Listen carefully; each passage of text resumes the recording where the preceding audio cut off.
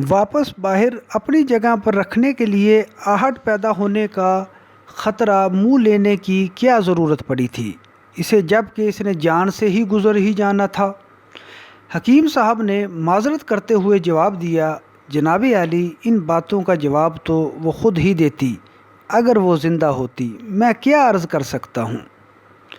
میں نے کہا، وہ بیچاری مر گئی، لیکن اللہ نے انسان کو عقل اس لیے عطا کی ہے کہ وہ اسے استعمال کر کے سوچے اور صحیح بات کا پتہ چلائے۔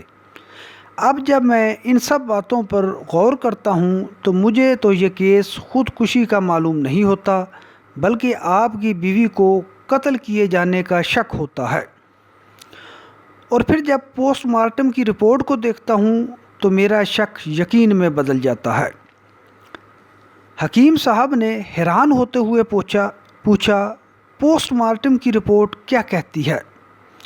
میں نے جواب دیا، وہ کہتی ہے کہ مرحومہ کو موت کا گلا گھٹ جانے سے واقع ہوئی ہے، لیکن ساتھ ہی یہ وضاحت بھی کرتی ہے کہ پوسٹ مارٹم کیے جانے کے وقت یعنی گزشتہ روز 1 بجے دوپہر یا 5 بجے دوپہر وہ اس دنیا میں نہیں تھی، مگر آپ اس کا پھانسی لگنا رات کے 12 بجے سے صبح 6 بجے کے درمیان بتاتے ہیں۔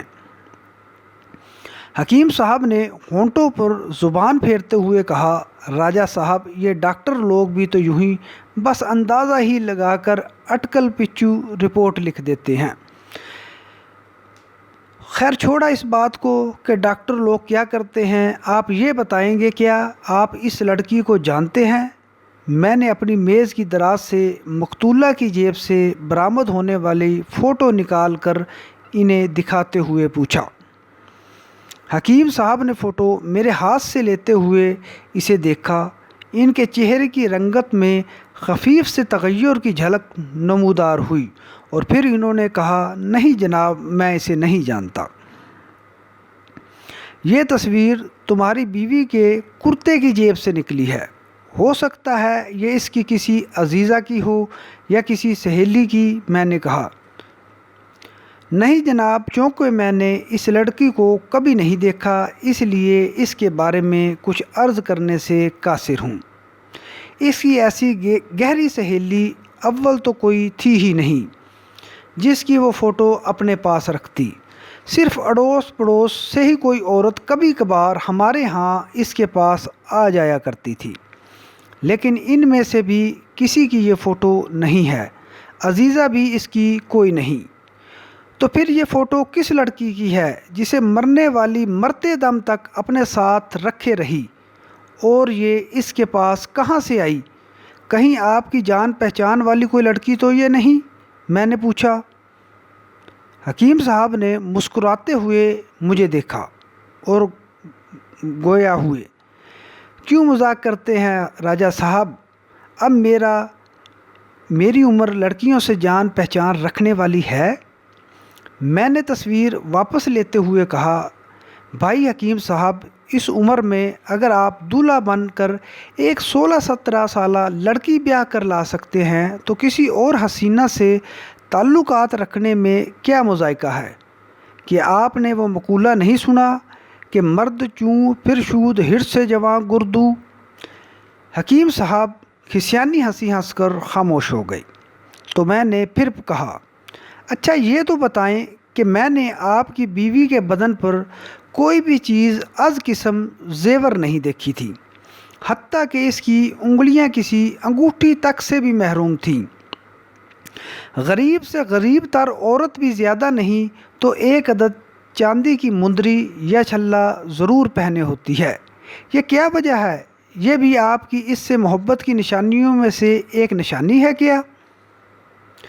حکیم صاحب نے تیوری پر بل ڈالتے ہوئے کہا، نہیں جناب، بات یہ ہے کہ میں عورت کو کسی مصنوعی زیور سے آراستہ رکھنے کا قائل نہیں ہوں۔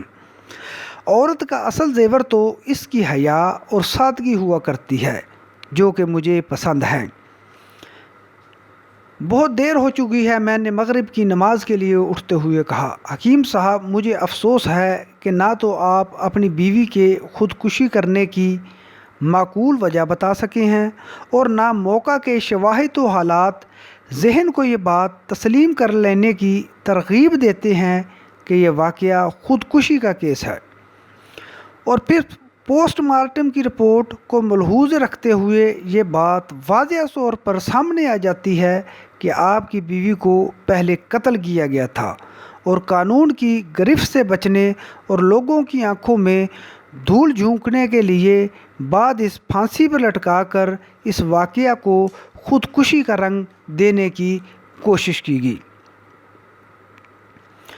صبح سویرے میں نے حکیم صاحب کو ہتھ کڑی لگوا کر حوالات بھیج دیا۔ دوسرے روز صبح میں نے حکیم صاحب کو حوالات سے نکلوا کر اپنے دفتر میں طلب کیا اور ان کا حال احوال دریافت کیا، تو وہ پھوٹ پھوٹ کر رونے لگے اور کہنے لگے، اس عمر میں آج مجھے یہ دن دیکھنا بھی نصیب ہوا۔ عزت دار آدمی ہوں، نہ کردہ گناہ کا الزام لگا کر مجھ سے سخت زیادتی کی ہے۔ آپ نے بھلا سوچے میں نے اتنی اچھی شریف بیوی کو ناحق بلا وجہ کیوں قتل کرنا تھا؟ میں تو اس گھڑی کو پچھتا رہا ہوں کہ میں نے معمولی سی بات کر کیوں اس کے دل کو ٹھیس پہنچائی۔ مجھے اس چیز کا بڑا دکھ اور رنج ہے، لیکن آپ کی منطق مجھے قتل جیسے گھناؤنے جرم میں ملوث گردان رہی ہے، جس کے ارتکاب کا میں سوچ بھی نہیں سکتا۔ میں نے انہیں تسلی دیتے ہوئے کہا، حکیم صاحب، مجھے کسی عزت دار آدمی کی پگڑی اچھالنے کا ہرگز شوق نہیں ہے، جس کا ثبوت یہ ہے کہ میں اب تک آپ سے بڑی تمیز اور سلیقے سے بات کرتا رہا ہوں۔ اب آپ کی گرفتاری تو ایک محافظ قانون کی حیثیت سے اور اپنا فرض جان کر عمل میں لانے پر مجبور ہوا ہوں، اس کے بغیر اور کوئی چارہ نہ تھا۔ حالات اور واقعات آپ کے بیان کی صریحاً تردید کر رہے ہیں، ان سے چشم پوشی میرے بس میں نہیں۔ اب آپ نے حوالات میں رات گزاری ہے، مجھے یقین واثق ہے کہ ضرور آپ کے حافظہ نے کام کیا ہوگا اور کوئی نہ کوئی وجہ خودکشی کی آپ کے ذہن میں آ چکی ہوگی، لیکن آپ نے آج بھی اپنے سابقہ موقف کو دہرا کر مجھے مایوس کر دیا ہے۔ اب آپ آرام سے چائے پئیں اور واقعات پر پھر سے غور کریں، ہو سکتا ہے کہ کوئی مفید بات یاد آ جائے۔ یہ کہہ کر میں نے ان کے لیے چائے اور ناشتہ منگوایا، جس کے بعد انہیں واپس حوالات بھجوا دیا۔ اب حکیم صاحب پر قتل کے جرم کے ارتکاب کا شک تو کیا جا سکتا تھا، لیکن قتل کی وجہ کیا ہو سکتی تھی، اس کے بارے میں کچھ سمجھ نہ آ رہا تھا۔ بہرکیف یہ بات تو میرے ذہن میں طے تھی کہ مرحومہ کو گلا گھونٹ کر ہلاک کرنے کے بعد اخفائے واردات کی کوشش میں اس کی لاش کو بیٹھک میں لٹکا دیا گیا تھا۔ اب گھر میں نہ تو کوئی اور تیسرا شخص رہتا تھا کہ جس سے پوچھ گچھ کی جاتی، اور نہ ہی مقتولہ یا اس کے خاوند کے لواحقین تھے، لے دے کر اس کے پڑوسی ہی رہ جاتے تھے، جن کے پاس میں یہ توقع لیے ہوئے گیا کہ شاید وہ اس معمہ کو حل کرنے میں مجھ سے تعاون کریں۔ خاوند اور بیوی کی عمروں میں نمایاں فرق ہونے کی وجہ سے یہ بعید از قیاس نہ تھا کہ بیوی کے کریکٹر پر شبہ ہونے کی بنا پر حکیم صاحب اشتعال میں یہ قتل کی کارروائی کر بیٹھے ہوں۔ میں نے سارے محلے والوں کو عموماً اور بالکل قریب میں رہنے والے ہمسایوں سے خصوصاً حکیم صاحب اور ان کی بیوی کے بارے میں استفسار کیا، تو سب نے ان کی شریفانہ زندگی کو شک و شبہ سے بالا تر قرار دیا۔ کسی مرد کا ان کے گھر میں آنا جانا کسی ہمسائے کے مشاہدے میں کبھی نہ آیا تھا، بلکہ محلہ کی عورتیں بھی بہت کم ان کے گھر جایا کرتی تھیں، لیکن مرحومہ تو شاذ ہی قدم گھر سے باہر رکھا کرتی تھی۔ حکیم صاحب کے گھر کے عین پچھواڑے اور جانب غرب ملحقہ مکان میں رہنے والے پڑوسیوں سے بڑی دیر تک سوالات کا سلسلہ جاری رکھا، لیکن انہوں نے مرنے والے کا بہت پاکیز اور نیک ہونا بتایا۔ انہوں نے وقوعہ کی رات کوئی غیر معمولی ہلچل اس گھر میں محسوس نہ کی تھی۔ ان کے بیانات نے تو میری مشکل آسان کرنے میں مدد دینے کی بجائے الٹا میرے ذہن میں مزید الجھاؤ پیدا کر کے رکھ دیا۔ جب عورت کی شرافت اور پاکیزگی پر ہی اہل محلہ مہر تصدیق ثبت کرتے ہیں تو پھر اسے ہلاک کرنے کا باعث کیا بات ہو سکتی تھی؟ اس سوال کے محور کے گرد میری سوچ جب مسلسل گردش کر کے لا حاصل رہی تو مشرقی جانب ملحقہ مکان میں رہائشی ہمسایہ کو بے دلی سے بلوا بھیجا۔ پہلے بھی اسے طلب کیا تھا لیکن مکان بند تھا۔ اب دوبارہ آدمی بھجوانے پر معلوم ہوا کہ مکان بدستور بند ہے اور اس میں مکین کنبہ کسی عزیز کی شادی میں شرکت کرنے کے لیے 2-3 دن سے سبھی گیا ہوا ہے اور واپس آنے والا ہی ہے۔ چنانچہ میں مایوس تھانہ لوٹ آیا اور دیر تک سوچتا رہا کہ کس مصیبت میں جان پھنسا لی۔ اگر عام پولیس کے رجحان کے مطابق میں بھی اس واقعہ کو خودکشی قرار دیتا اور کوئی من گھڑت قابل قبول وجہ حکیم صاحب کے منہ سے کہلوا کر قصہ ختم کر دیتا تو یہ درد سر تو نہ کرنی پڑتی۔ میں نے تو آ بیل مجھے مار والی بات کی تھی۔ اگلے دن حکیم صاحب کے غیر حاضر قریبی ہمسائے کا میں نے پتہ کرایا تو معلوم ہوا کہ مسٹر نذیر بمع فیملی واپس آ چکا ہے۔ میں نے اس کے مکان پر پہنچا اور وہاں ان کی بیٹھک میں بیٹھ کر اس سے پوچھا کہ وہ اپنے ہمسائے میں حکیم صاحب اور ان کی بیوی کی بابت کیا رائے رکھتا ہے۔ تو اس نے جواب دیا، راجہ صاحب، اس واقعہ کا علم تو ہمیں سبھی سے واپس یہاں پہنچ کر ہوا۔ یقیناً بہت ہی افسوسناک بات ہوئی ہے۔ حیرانی تو یہ ہے کہ یہ لوگ بہت شریف لوگ ہیں اور وہ لڑکی تو غریب طبع اور سادی سی تھی۔ ہمارے رہائشی کمرے کا روشن دان حکیم صاحب کے گھر کے صحن میں کھلتا ہے۔ میری بیوی فراغت کے وقت روشن دان میں سے جھانک کر مرحومہ سے چند منٹ روزانہ بات کر لیا کرتی تھی، یا پھر وہ فرصت کے وقت آواز دے کر میری بیوی کو روشن دان میں بلا لیا کرتی تھی۔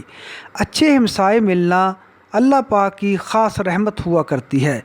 عقل میں بات کچھ بیٹھتی نہیں کہ اس نے خودکشی کیوں کی جب کہ وہ اپنے گھر میں خوش تھی۔ میں نے اس سے اتفاق کرتے ہوئے کہا، ہاں جناب، حیرت تو مجھے بھی ہے کہ جب لڑکی شریف النفس تھی اور اس کا چال چلن بھی شک و شبہ سے بالا تر تھا اور اپنے گھر میں آسودگی سے ہنسی خوشی رہتی تھی، تو پھر ایک دم کیا ہو گیا کہ اس نے حرام موت کو دعوت دے ڈالی۔ حکیم صاحب تو بس یہی پکارے چلے جا رہے ہیں کہ انہوں نے مرحومہ کو 2 تولے سونے کا زیورات بنوا دینے کی فرمائش کو رد کر دیا تھا، جسے اس کی حساس طبیعت گوارا نہ کر سکی اور وہ موت کے منہ میں کود گئی۔ میرے نزدیک ایک انتہائی قدم اٹھانے کا محرک یہ بودھی سی وجہ نہیں ہو سکتی تھی۔ آپ چونکہ ان کے قریب ترین ہمسائیگی میں ہیں، میں آپ سے توقع وابستہ کر کے آیا تھا کہ شاید آپ کسی ایسی بات کی نشاندہی کر سکیں جو آپ کی نظر میں وقوع رکھتی ہو، لیکن میری تحقیقات کا رخ صحیح سمت موڑنے میں معمر و معاون ثابت ہو۔ مسٹر نذیر نے جواب دیا، جناب، جہاں تک میری معلومات کا تعلق ہے وہ صرف اپنے ہمسایوں کی شرافت کی شہادت دینے تک ہی محدود ہیں، اس سے زیادہ تو میں جانتا نہیں۔ ہاں البتہ ذرا ٹھہریں، میں اپنی بیوی سے پوچھتا ہوں، شاید وہ کچھ بتا سکے، جس کی امید ذرا کم ہی ہے۔ نذیر گیا اور تھوڑی دیر اس نے واپس آ کر کہا، جناب، بس وہی بات ہے، اسے بھی کسی خاص بات کا علم نہیں، صرف اس نے کہا ہے کہ ہمسائے میں میاں بیوی کے درمیان معمولی سی نوعیت کا جھگڑا چند دن سے چل رہا تھا۔ میں سمجھتا ہوں کہ وہی زیور بنوا کر دینے سے انکار سے متعلق ہی ہوگا، اس لیے افسوس ہے کہ ہم آپ کی اس معاملہ میں کچھ مدد نہیں کر سکے۔ نذیر کی بات میں مجھے امید کی دھیمی سی کرن نظر آئی۔ میں نے ان سے کہا، دیکھیں نذیر صاحب، جب آپ خود ہی قیاس کر لیتے ہیں کہ جھگڑا معمولی نوعیت کا تھا اور زیور کی فرمائش کے بارے میں ہی ہوگا، تو مجھے افسوس ہوتا ہے کہ شاید آپ معاملہ کی سنگینی کا احساس نہیں ہے۔ ایک قیمتی انسانی جان پر اس طریقہ سے تلف ہو گئی ہے اور آپ کیا سرائیاں کر رہے ہیں؟ بات تو وہ ہوتی جو وثوق سے کہی جائے۔ اس لیے اگر آپ برا نہ مانیں تو تکلیف کر کے اپنی بیگم کو برقع میں یہاں لے آئیں تاکہ میں ان سے اس میاں بیوی کے جھگڑے کے بارے میں خود پوچھ کر تسلی کر لوں۔ جب نذیر صاحب کی بیوی برقع پہنے آئی تو میں نے اسے بیٹھنے کے لیے کہتے ہوئے کہا، بی بی پولیس سے خوف زدہ ہونے کی کوئی بات نہیں، میں نے آپ کو صرف چند منٹ کے لیے یہاں آنے کی اس لیے زحمت دی ہے کہ آپ کے ہمسائے میں جو افسوسناک واقعہ ہوا ہے اس کی تحقیقات کے سلسلے میں آپ سے مدد کی درخواست کروں۔ نذیر صاحب سے آپ نے حکیم صاحب اور ان کی بیوی کے مابین جس جھگڑے کا ذکر کیا ہے، بس اگر آپ اس کی تفصیلات پر روشنی ڈال سکیں تو احسان ہوگا۔ بیگم نذیر نے چند لمحے خاموشی سے سوچنے کے بعد کہا، جناب یہ واقعہ تو میری عدم موجودگی میں ہوا ہے، لیکن اس جھگڑے کے بارے میں اگر آپ کا اصرار ہی ہے کہ میں اپنے علم کی بنا پر آپ سے اس کا تفصیل ذکر کروں تو پھر بتائی دیتی ہوں۔ گو میری دانست میں اس کی اہمیت یا وقوعیت تو نہیں ہے۔ سب میں ہمارے ایک عزیز کی شادی کی تقریب میں شمولیت کے لیے ہمیں بلاوا آیا تھا۔ جس دن ہم یہاں سے سبی روانہ ہوئے تھے شاید یہ واقعہ اسی رات ہوا تھا۔ ہماری روانگی سے 3 دن قبل دوپہر کے وقت ہمسائے میں اونچا اونچا بولنے کی آوازیں جب آئیں تو میں یہ معلوم کرنے کے لیے کہ خیر ہو کیا انہونی بات ہو گئی ہے جس کے سبب خلاف معمول حکیم صاحب اور ان کی بیوی ترش روئی سے ہم کلام ہے، روشن دان کے پاس جا کر کان لگا کر سننے لگی۔ مجھے اعتراف ہے کہ عورت کی کمزوری یہ بھی ہے کہ وہ دوسروں کی کمزوریوں کا سراغ لگانے کی جستجو اور قرید میں لگی رہتی ہے۔ سو میرا فطری تجسس بھی مجھے روشن دان کے پاس لے گیا تھا۔ مجھے کچھ صحیح بات سمجھ نہ آ سکی ان دونوں میں وجہ لڑائی کیا ہے۔ بس اتنا اندازہ لگا سکی کہ خاوند کوئی چیز بیوی سے مانگ رہا تھا لیکن وہ اسے دینے میں لیت و لال یا بہانے کر رہی تھی اور بات بڑھ گئی تھی۔ تھوڑی دیر تک ان میں نوک جھونک ہوتی رہی اور پھر حکیم صاحب اپنے مطب چلے گئے۔ میں نے آواز دے کر ہمسائی کو اپنی طرف متوجہ کیا اور اس سے پوچھا، خیر تو تھی؟ آج خلاف معمول آپ میں تلخی سے کیوں بول رہے تھے؟ تو اس نے مسکراتے ہوئے مجھے بتایا تھا کہ نہیں بہن، بات تو ایسی خاص نہیں ہے۔ حکیم صاحب جب گھر کھانے آئے اور کوٹ اتار کر پلنگ پر رکھا اور غسل خانہ میں گئے تو میں نے ان کے کوٹ کو اٹھا کر دیوار پر لٹکانا چاہا۔ ایسا کرتے ہوئے مجھے اس کی اندرونی جیب سے ایک ریشمی رومال کا کونا باہر نکلا ہوا نظر آیا۔ میں نے رومال نکالا تو وہ خوشبو سے مہک رہا تھا، اس میں کوئی کاغذ لپٹا ہوا معلوم ہوتا تھا۔ رومال کھولا تو اس میں ایک نوجوان لڑکی کی تصویر برآمد ہوئی۔ میں نے تصویر نکال کر رومال واپس ان کی جیب میں رکھ دیا۔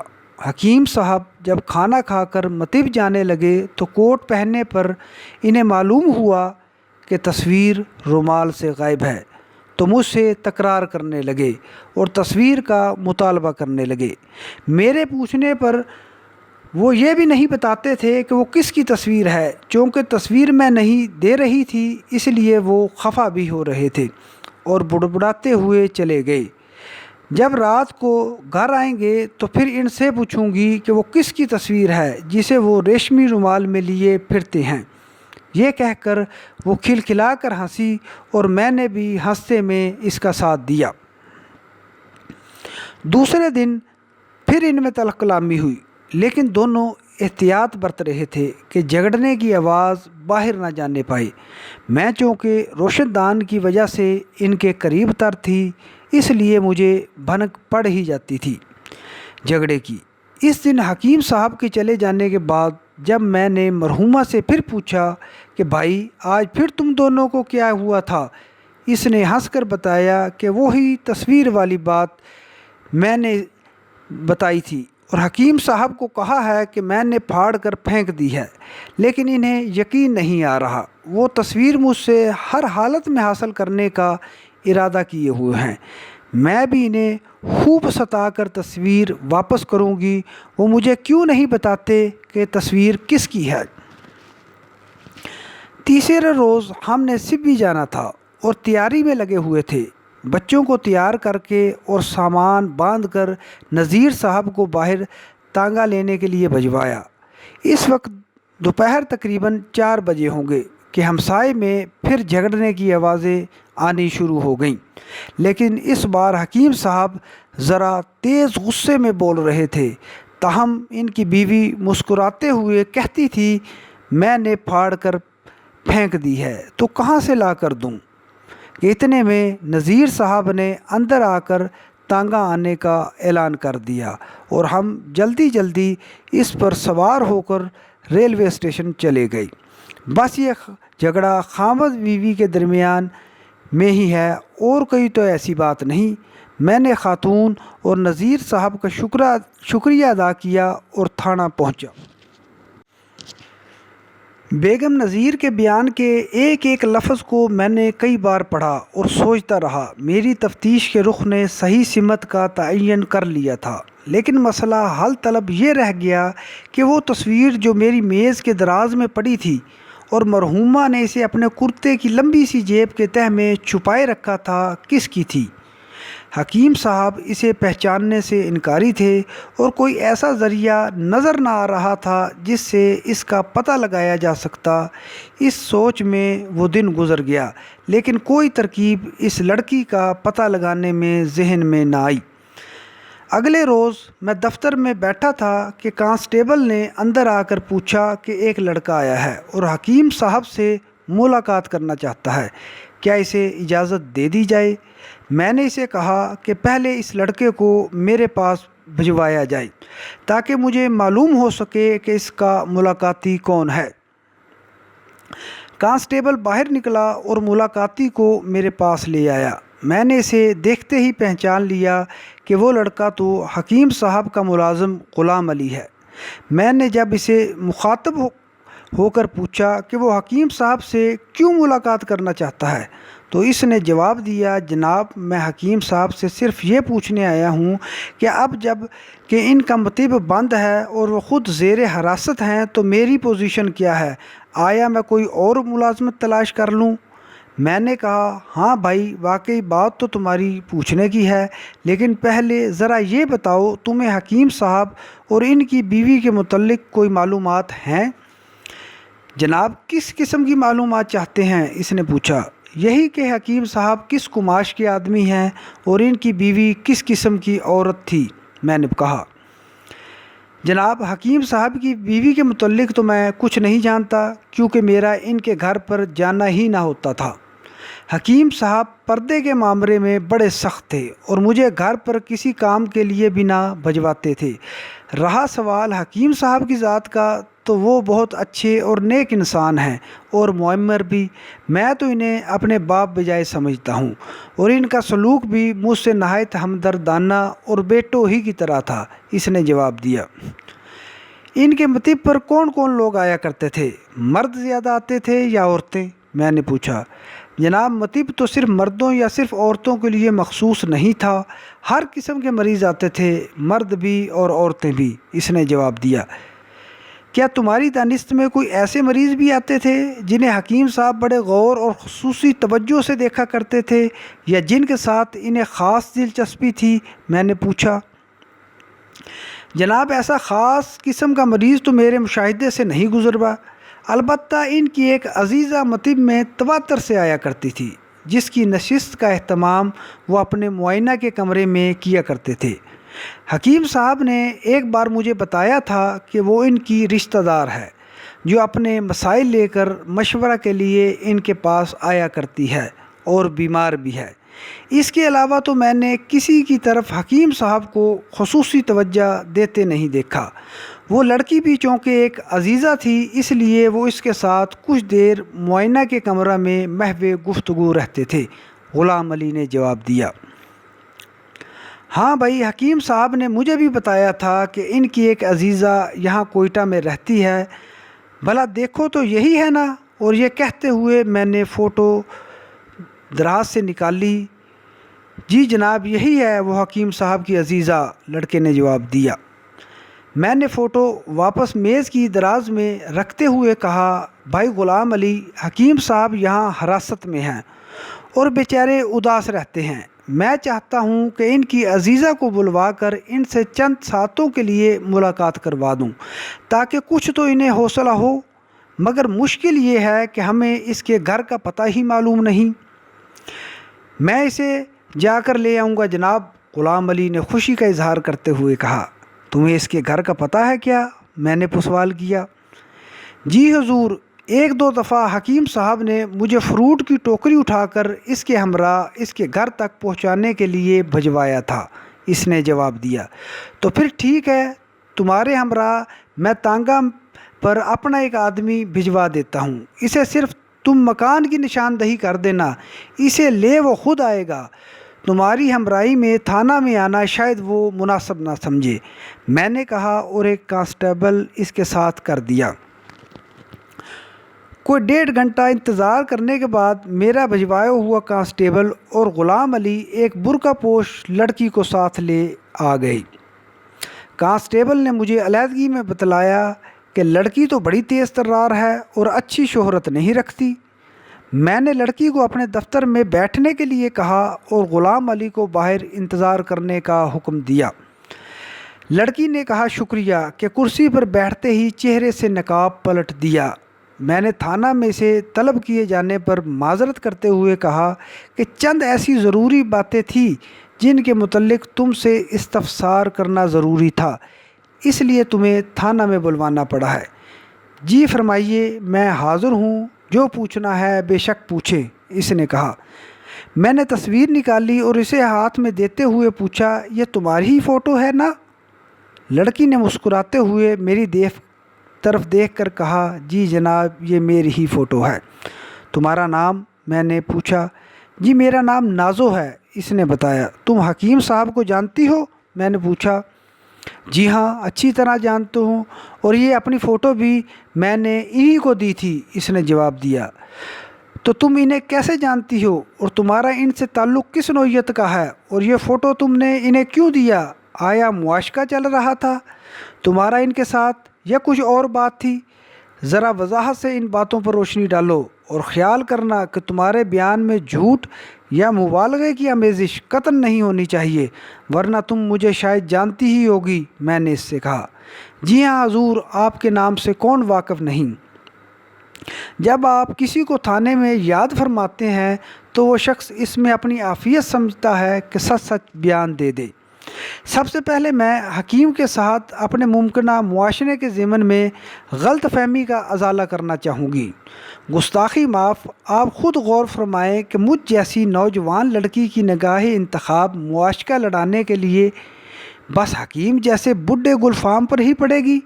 نوجوان لڑکوں کا کیا کال پڑ گیا ہے؟ اور اس بڑی دنیا میں کیا؟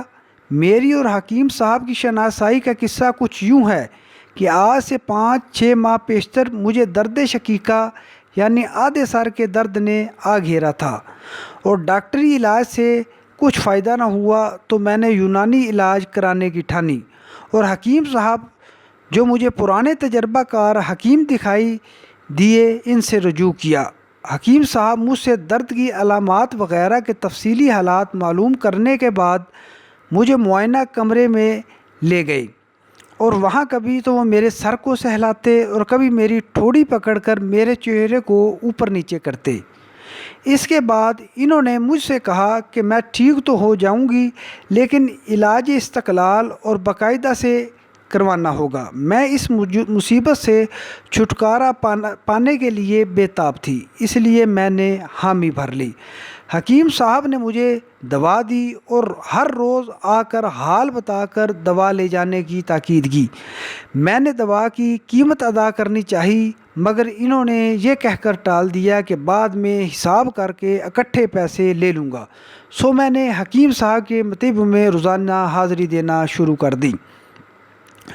وہ روزانہ مجھے اپنے معائنہ کے کمرے میں لے جا کر میرے سر اور چہرے کا بغور معائنہ کرتے اور دوا دے دیا کرتے۔ ان کی دوا سے مجھے افاقہ ہونا شروع تو ہو گیا، لیکن ساتھ ہی ان کی للچائی ہوئی نظریں میری پریشانی کا باعث بنتی جا رہی تھیں۔ فائدہ ہونے کی صورت میں ان کا علاج ترک بھی نہ کر سکتی تھی، اور ان کی بزرگی کو ملحوظ خاطر رکھتے ہوئے انہیں کچھ کہہ بھی نہ سکتی تھی۔ ایک دن بوقت معائنہ جب ان کے ہاتھ میرے چہرے پر پھرتیاں دکھا رہے تھے تو میں نے ہمت کر کے پوچھا، حکیم صاحب درد تو میرے سر میں ہوتا ہے، لیکن آپ کی تمام تر توجہ کا مرکز میرا چہرہ اور آنکھیں ہوتی ہیں، ان کا کیا قصور ہے؟ فرمانے لگے، نازو انسان جسم کی ساخت کی تمہیں کیا خبر کہ خون اور فاسد مادہ کہاں کہاں سے ہو کر سر میں پہنچتا ہے اور فطور پیدا کرتا ہے۔ معائنہ کے خاتمہ پر میں نے ان سے کہا کہ وہ ادویات کی قیمت کا حساب بتا دیں تاکہ ادائیگی کا بندوبست کیا جائے۔ انہوں نے فرمایا، نازو پیسے کس بات کے اور حساب کیا؟ حساب تو تم روزانہ آ کر مجھے درشن دے کر ہی کر جاتی ہو۔ اس بےہودہ جواب پر مجھے بہت غصہ آیا، لیکن مصلحتاً خاموش رہی۔ تو انہوں نے ملازم بھجوا کر فروٹ منگوایا اور اسے ہدایت کی کہ وہ میرے ہمراہ جا کر ٹوکری میرے گھر پہنچا آئے۔ میں نے بتیرا ان سے عرض کی کہ وہ تکلیف نہ فرمائیں، لیکن وہ نہ مانے۔ بہرحال میں نے گھر پہنچ کر سوچا کہ علاج میرا بالکل صحیح ہو رہا ہے اور وہ بھی بالکل مفت، اور پھر تحفے تحائف فروٹ اس کے علاوہ ہیں۔ اگر میں کسی ضرورت کی چیز کی فرمائش حکیم صاحب سے کروں تو وہ اسے مہیا کرنے سے بھی دریغ نہیں کریں گے، تو پھر مجھے ناحق پریشانی کیوں ہو؟ محض اس لیے وہ مجھے گھور گھور کر دیکھتے ہیں یا میرے چہرے کو بعض اوقات سہلاتے ہیں۔ اگر اپنی ذہنی گراوٹ کے سبب ان کے تھکے ہوئے ذہن کو اس طرح تفریح فراہم ہوتی ہے تو میرا کیا نقصان ہے؟ مجھے تھوڑا سا تسنع سے کام لینا پڑے گا انہیں الو بنانے کے لیے۔ چنانچہ یہ سوچ کر میں نے انہیں الو بنا کر اپنا اولو سیدھا کرنے کے لیے حکیم صاحب کی چشم التفات کو گوارا کرنے میں اپنا فائدہ جانا۔ ایک دن حکیم صاحب نے فرمائش کی کہ میں انہیں اپنی فوٹو اپنے پاس رکھنے کے لیے دوں، اور ساتھ ہی یادگار کے طور پر کوئی ایسی نشانی بھی جسے وہ ہر وقت اپنے ساتھ لیے پھر سکیں۔ اپنی فوٹو کسی کے حوالے کرنے سے قبل ایک نوجوان لڑکی کے ممکنہ نتائج پر 100 بار غور کر لیا کرتی ہے، اس لیے میں بھی حکیم صاحب کی یہ فرمائش پوری کرنے سے کتراتی تھی۔ لیکن جب وہ منتوں سماجتوں پر اتر آئے تو میں نے یہ سوچ کر کہ چلو اگر ان کے پاس کسی نے میری تصویر دیکھ لی تو وہ یہی کہے گا نا کہ شاید باپ کے پاس بیٹی کی تصویر ہے، میں نے ایک روز یہ تصویر ایک چھوٹے سے ریشمی رومال میں لپیٹ کر انہیں پیش کر دی، جسے پا کر ان کا جھریوں سے بھرپور چہرہ خوشی سے تمتما اٹھا۔ میرے ان کے ساتھ تعلقات کی نوعیت بس اتنی سی تھی۔ حکیم صاحب نازو کو دیکھتے ہی پسینہ پسینہ ہو گئے اور مارے ندامت کے ان کا سر جھک گیا۔ میں نے بڑھ کر حکیم صاحب کے کوٹ کی اندرونی جیب میں ہاتھ ڈالا اور ریشمی رومال نکالتے ہوئے نازو کو دکھایا اور اس سے پوچھا کہ یہ وہی رومال ہے جس نے تم نے معطر کر کے بطور نشانی حکیم صاحب کو دیا تھا؟ اس نے جواب میں جب اس نے اپنا سر اسبات میں ہلایا تو میں نے اسے رخصت کرتے ہوئے حکیم صاحب سے کہا، حکیم صاحب معاملہ تو اب بالکل صاف ہو چکا ہے، یہ تصویر والا معمہ بھی حل ہو گیا ہے، اور آپ کے ہمسائے میں رہنے والی عورت نے آپ کے صحن میں کھلنے والے روشن دان سے آپ کے اپنی بیوی سے اس فوٹو کے بارے میں جھگڑے کا آنکھوں دیکھا اور کانوں سنا حال بھی سنا دیا ہے۔ اس لیے قبل اس کے میرا آپ سے رویہ دوسری شکل اختیار کر لے، شرافت کا تقاضا تو یہی ہے کہ آپ ہی اس واقعہ قتل پر روشنی ڈالیں۔ حکیم صاحب کچھ دیر سر جھکائے سوچتے رہے، پھر انہوں نے میری طرف افسردہ اور اداس نگاہوں سے دیکھتے ہوئے کہا، راجہ صاحب اب آپ سے کیا عرض کروں، اپنی بیوی کا میرے ہاتھوں ہی مر جانا تو میرے وہم و گمان میں بھی نہ تھا، یہ تو بس اس تصویر کے حصول کی خاطر ہاتھا پائی میں اس کا گلا غیر ارادی طور پر میری گرفت میں آ گیا تھا، اور اشتعال کے بھوت کی بھیانک کارکردگی کا احساس مجھے اس وقت ہوا جب اس کی روح اس کے جسد خاکی کے پنجرے سے آزاد ہو چکی تھی۔ اس کا غیر متحرک معصوم چہرہ اپنی بے بسی اور مظلومیت کی ایک المناک داستان لیے میرے سامنے تھا۔ کاش وہ مجھے یہ تصویر میرے مطالبے پر واپس کر دیتی اور ضد کر کے مجھے اشتعال نہ دلاتی تو یہ المیہ وجود میں نہ آتا۔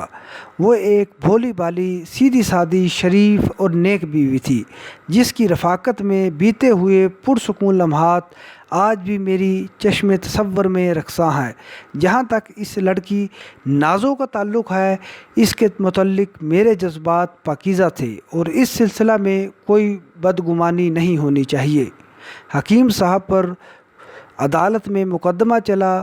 حکیم صاحب نے سفارش کی بنیاد پر عمر قید کو 7 سالہ قید میں تبدیل کروا لیا۔